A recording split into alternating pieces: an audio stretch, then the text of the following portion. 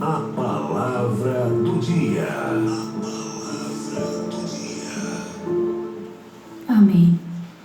A palavra do dia de hoje está no livro de 1 Reis, no capítulo 19, a partir do versículo 1.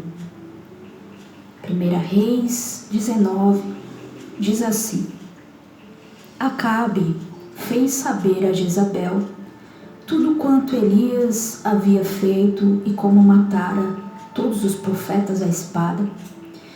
Então Jezabel mandou um mensageiro a Elias a dizer-lhe: Façam-me os deuses como lhes aprouver. Se amanhã a essas horas não fizer eu a tua vida, como fizeste a cada um deles. Temendo, pois, Elias levantou-se e para salvar a sua vida se foi e chegou a Berseba, que pertence a Judá, e ali deixou seu moço. Ele mesmo, porém, se foi ao deserto, caminho de um dia, e veio e se assentou debaixo de um zimbro, e pediu para si a morte, e disse: Basta, toma agora, ó Senhor, a minha alma, pois não sou melhor do que os meus pais. Deitou-se e dormiu debaixo do zimbro. Eis que um anjo o tocou e lhe disse: Levanta-te e come. Olhou ele e viu, junto à cabeceira, um pão cozido sobre pedras em brasa e uma botija de água. Comeu, bebeu e tornou a dormir. Voltou segunda vez o anjo do Senhor. Tocou e lhe disse: Levanta-te e come, porque o caminho te será sobremodo longo. Levantou-se, pois, comeu e bebeu, e com a força daquela comida caminhou 40 dias e 40 noites até Horebe, o monte de Deus. Ali entrou numa caverna, onde passou a noite. E eis que lhe veio a palavra do Senhor e lhe disse: Que fazes aqui, Elias? Ele respondeu: Tenho sido zeloso pelo Senhor, Deus dos exércitos, porque os filhos de Israel deixaram a tua aliança, derribaram os teus altares e mataram os teus profetas à espada. E eu fiquei só, e procuram tirar-me a vida. Disse-lhe Deus: Sai e põe-te neste monte perante o Senhor. Eis que passava o Senhor, e um grande e forte vento fendia os montes e despedaçava as penhas diante do Senhor. Porém, o Senhor não estava no vento. Depois do vento, um terremoto. Mas o Senhor não estava no terremoto. Depois do terremoto, um fogo. Mas o Senhor não estava no fogo. E depois do fogo, um cicio tranquilo e suave. Ouvindo, Elias envolveu o rosto no seu manto e saindo, pôs-se à entrada da caverna. Eis que lhe veio uma voz e lhe disse: Que fazes aqui, Elias? Ele respondeu: Tenho sido em extremo zeloso pelo Senhor, Deus dos exércitos, porque os filhos de Israel deixaram a tua aliança, derribaram os teus altares e mataram os teus profetas à espada, e eu fiquei só e procuram tirar-me a vida. Disse-lhe o Senhor: Vai, volta ao teu caminho, para o deserto de Damasco, e em chegando lá, unge Azael rei sobre a Síria. A Jeú, filho de Nissi, ungirá rei sobre Israel. E também Eliseu, filho de Safate, de Abel-Meolá, ungirás profeta em teu lugar. Quem escapar à espada de Azael, Jeú o matará. Quem escapar à espada de Jeú, Eliseu o matará. Também conservei em Israel 7.000, todos os joelhos que não se dobraram a Baal, e toda a boca que não o beijou. Só até aqui. Nós vemos aqui o momento em que Elias, ele fez com a sua vida aquilo que não pertencia ao propósito que estava no coração de Deus para a vida dele.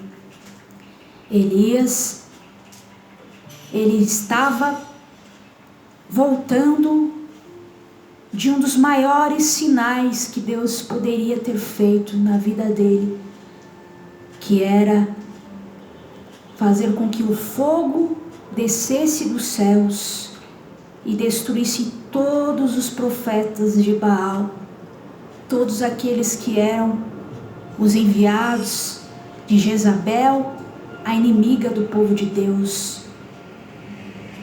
E ele estava voltando dessa vitória. Deus tinha ouvido a voz dele, Deus tinha ouvido as orações, Deus tinha respondido a Elias com fogo. Só que Jezabel mandou um mensageiro para falar a Elias, para ameaçar Elias. E Jezabel jurou Elias de morte. E aquele juramento, aquela ameaça de Jezabel entrou de uma maneira tão violenta dentro da alma de Elias, que Elias esqueceu de tudo. Elias se esqueceu que quem havia chamado ele era Deus. Elias esqueceu que quem supria a vida dele era Deus. Elias esqueceu que quem protegia ele de todas as coisas era Deus. Elias esqueceu que a autoridade que havia sobre a vida dele vinha de Deus. E a palavra aqui no versículo 3 diz que, temendo, Elias se levantou para salvar a sua vida. E se foi, deixou o seu moço em Berseba e começou a caminhar sozinho pelo deserto. E se sentou debaixo de uma árvore e pediu a morte para si. E falou: basta, acabou. Senhor, toma minha alma, porque eu não sou melhor do que os meus pais. E ficou debaixo daquela árvore e dormiu. Elias permitiu que a voz do inimigo invadisse a sua emoção a ponto de cair em depressão, a ponto de desistir daquilo que era o chamado que havia sobre a vida dele. E a palavra diz, nós acompanhamos que Deus enviou um anjo para fortalecer a vida de Elias. E hoje, neste momento, eu pergunto para você, será que você não está na mesma situação que Elias estava naquele momento?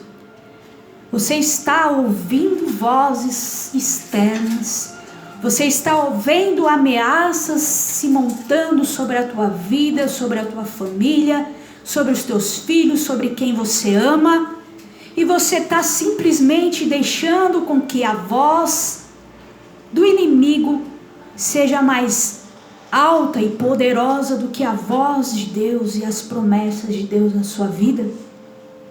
Será que você agora, nesse momento, está tão aflito, tão ansioso por aquilo que pode acontecer no futuro, que você está deixando as vozes externas abalar o teu interior? Hoje o Senhor envia o seu anjo aonde você está, com esse alimento espiritual, para você comer e beber, e não se prostrar mais. Tem pessoas que estão ouvindo a palavra, estão orando, estão se posicionando, mas mesmo assim estão adormecendo, estão ainda em depressão, ainda estão desanimados, ainda estão entristecidos.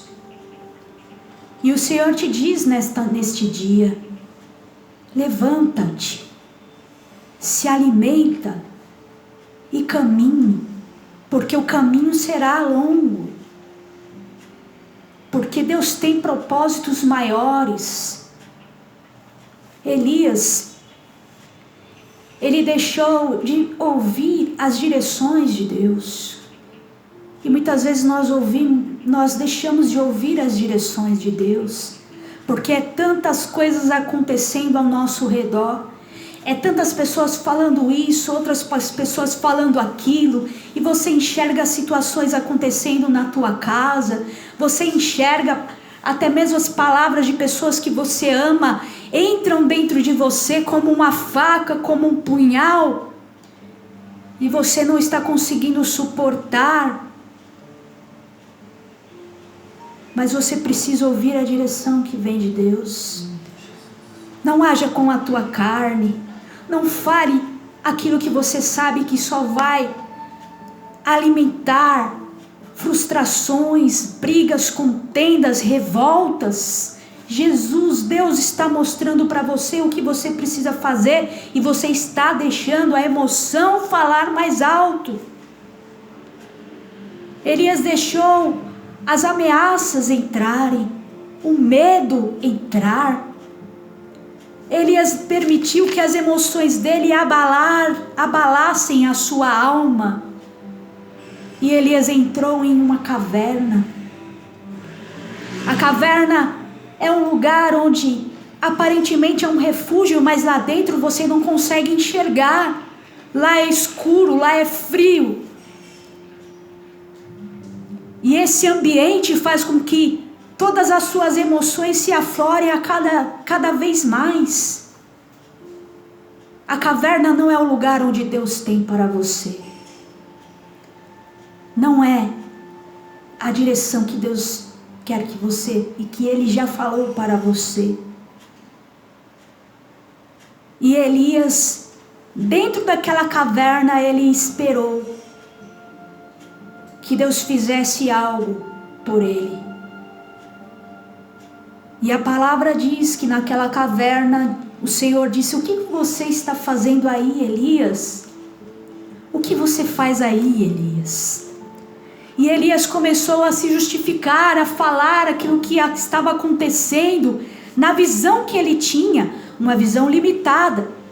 Irmãos, nós temos uma visão tão limitada do que está acontecendo.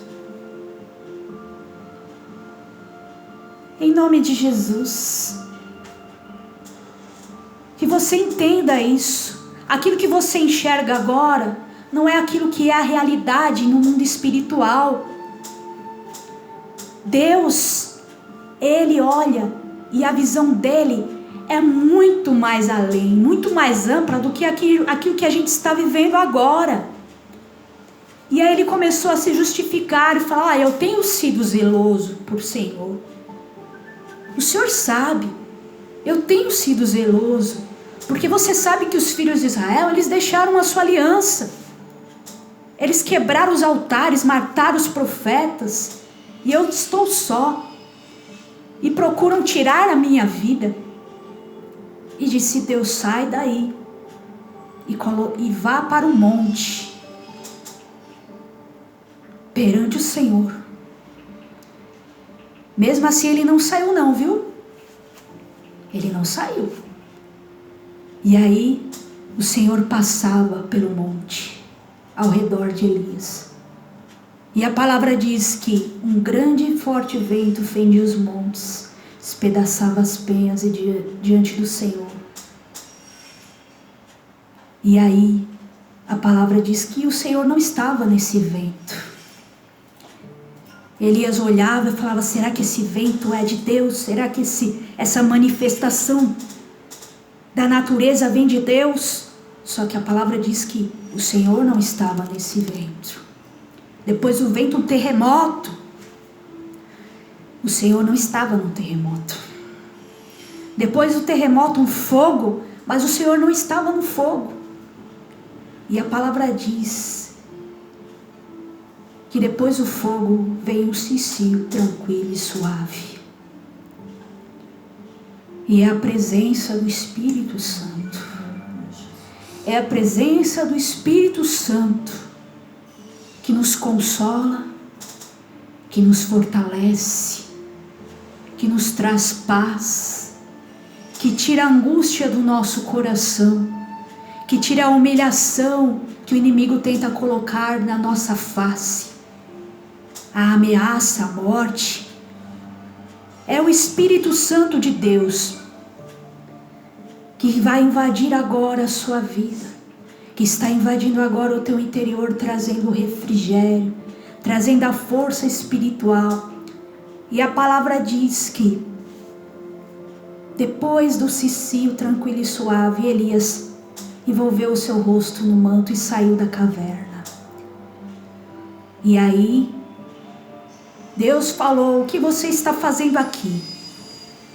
E ele respondeu a mesma coisa para Deus: eu tenho sido, você sabe, eu tenho sido, Senhor, zeloso. Mas os filhos de Israel deixaram a sua aliança, derrubaram os altares, mataram os profetas, mas eu fiquei só e procurou tirar a minha vida. E aí o Senhor te diz neste dia: até quando?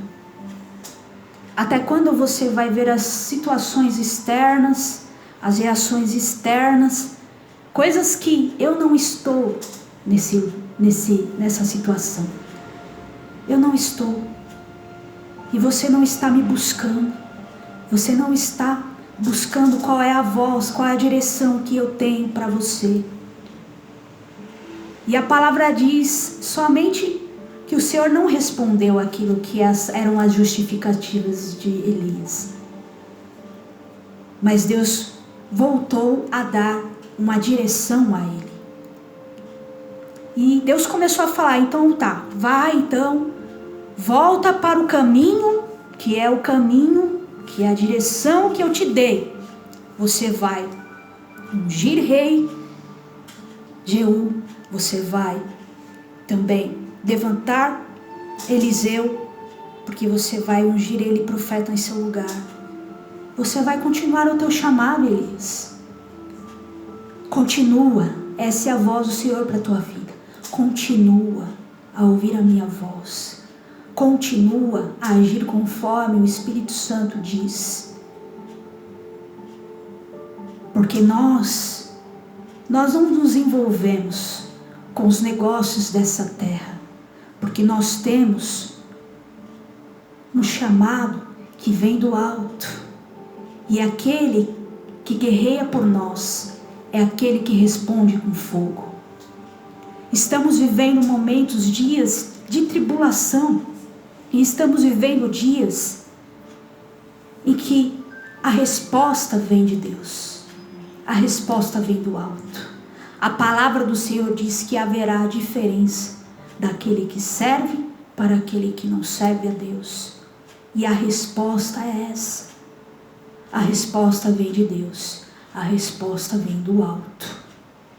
E quando nós cremos na direção de Deus, nas promessas do Senhor, na palavra e na direção, Deus nos justifica.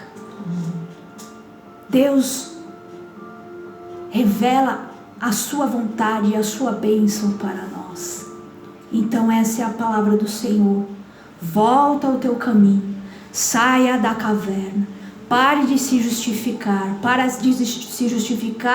para Deus mostrar as suas justificativas carnais, emocionais, para de tentar se justificar para pessoas, para situações. Volte a cumprir ao teu chamado e Deus te abençoará. Em nome de Jesus, essa foi a palavra do dia.